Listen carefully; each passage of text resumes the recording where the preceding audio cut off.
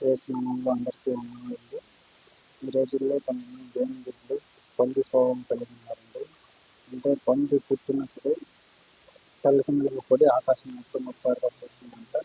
తిరిగి అది జీవిస్తున్నప్పుడు ఎంత బురదలో మురికి కాలువల్లో రోడ్లలో జీవించి ఇంకా యజమాని ఇంకా బాగా పంది బాగా కలిసింది, దీన్ని ఇంకా బలి ఇవ్వాలని చెప్పి తీసుకొని వచ్చినప్పుడు ఒక కట్టికి 4 కాళ్ళు కట్టి తలకిందులుగా వేలాడదీసి ఎత్తుకొని పోతున్నప్పుడు బలి ఇవ్వడానికి అప్పుడు పంది వచ్చేసి ఆకాశం చూసి ఆకాశం ఎంత బాగుంది, వాటర్ స్కై అని చెప్పేసి అనుకుంటుంటారు.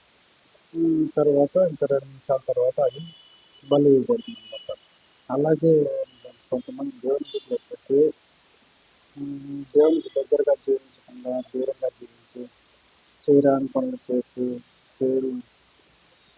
పెద్ద సావాసాలు చేసి చెడు అలవాట్లకు లోని లోకంలో కావాలని చెప్పి లోకంలో వాళ్ళకి ఇష్టం వచ్చినట్టు పెట్టి మళ్ళీ వాళ్ళకి సమస్యలు వచ్చినప్పుడు వాళ్ళ ప్రాణాలు పెట్టినప్పుడు దేవుని వేడుకుంటారంట.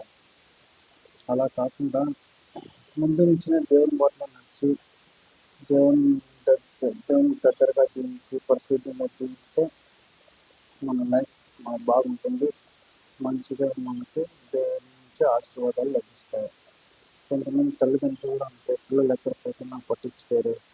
పిల్లలు ఏం చేస్తున్నారు, ఎక్కడ పోతున్నారు, ఏమేమి అలవాట్లకు గురవుతున్నారు, ఏమి పట్టించుకోరు.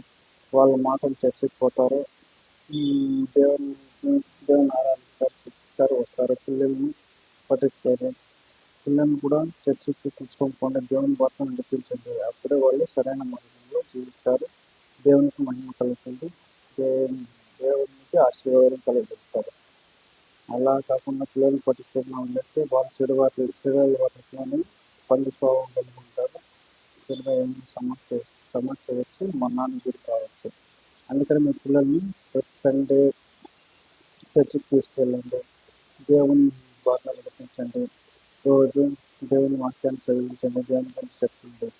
మీరు నిజమైన క్రైస్తవులు అయితే మీరు దేవుని గురించి చెప్పడానికి ఇష్టపడతారు. మీరు ఎవరన్నా మీరు అడిగినప్పుడు ఏమన్నా సమస్యలు వచ్చినట్టు మీరు దేవుని గురించి కొంచెం చెప్పడం, ప్రార్థన చేసుకోవడం, ప్రేయర్ చేసుకోండి, ఎందుకంటే సమస్యలు పోతాయి అని దేవుని గురించి చెప్పడం మీకు దేవుని గురించి చెప్పడం మీకు ఇష్టం ఉంటుంది.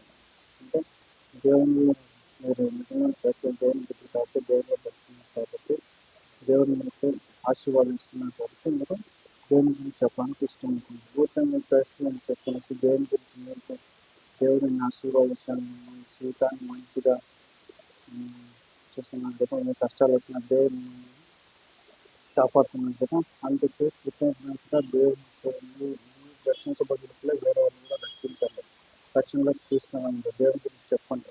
అప్పుడే మీరు నిజమైన క్రైస్తవులుగా నిజమైన దేవుని బిడ్డగా ప్రవర్తించడానికి అవకాశం ఉంటుంది.